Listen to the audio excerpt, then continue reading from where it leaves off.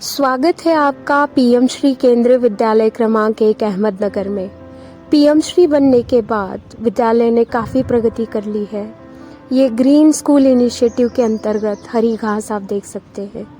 आप यहाँ स्टैंडी पे सेल्फी ले सकते हैं स्वयं मोदी जी के साथ। और ये है हमारा पीने का पानी, वेलवेट स्टैंडीज, नए कंप्यूटर्स लग गए, कलरफुल डस्टबिन्स आ गए।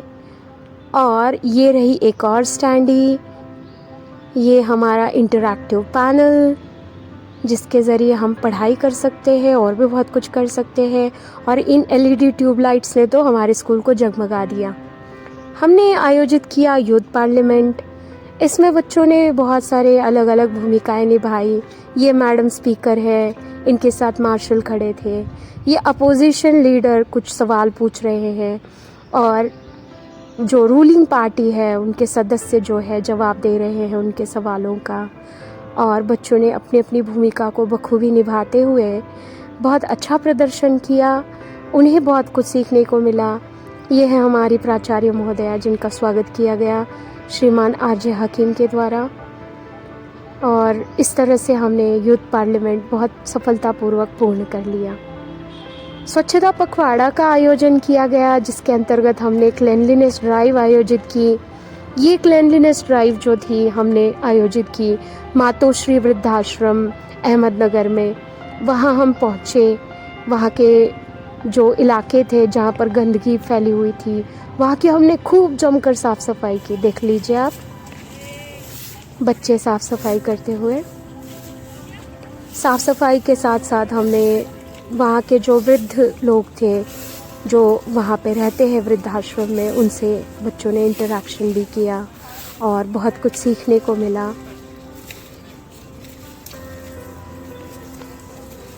साफ़ सफाई के दौरान बच्चों को बहुत सारी चीज़ें समझ में आई कि सफाई कितनी ज़रूरी है।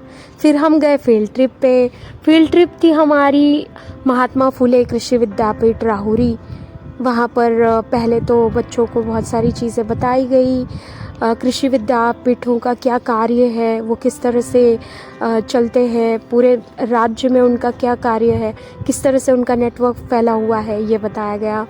फिर अलग अलग विभागों में जाकर उन विभागों के कार्य की जानकारी दी गई। ये है सिंचन विभाग, सर समझा रहे हैं वहाँ पे। और ये है कुछ मॉडल्स जो कि संग्रहालय में रखे गए हैं।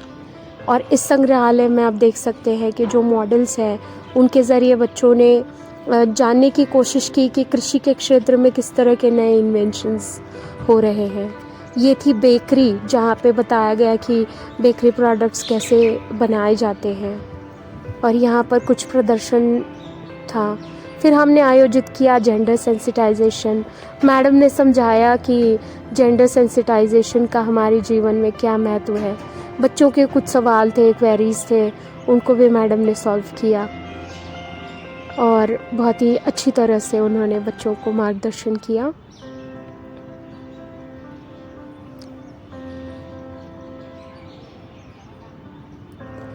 हमारी प्राचार्य महोदया ने भी इस उपलक्ष्य में बच्चों को मार्गदर्शन किया।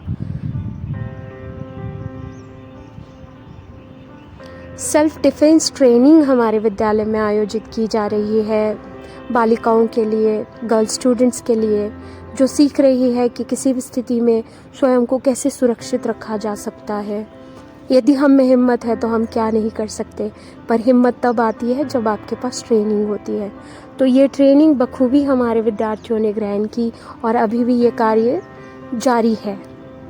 बच्चे सीख रहे थे कि सिचुएशंस में अपने आप को कैसे कंट्रोल में रखते हुए, पैनिक ना होते हुए कैसे स्थिति का सामना किया जा सकता है। छोटे छोटे बच्चे लेकिन बहुत हिम्मत से भरे हुए।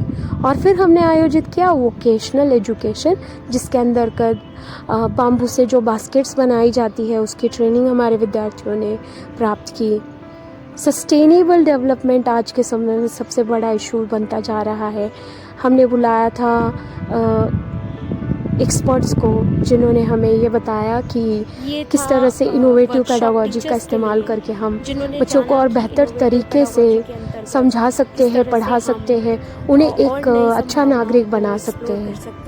तो शिक्षकों की कुछ क्वेरीज थी जो उन्होंने सॉल्व की। यहाँ पर हमने आयोजित किया early identification of learning disabilities, ताकि शुरू से ही बच्चों को मार्गदर्शन दिया जा सके।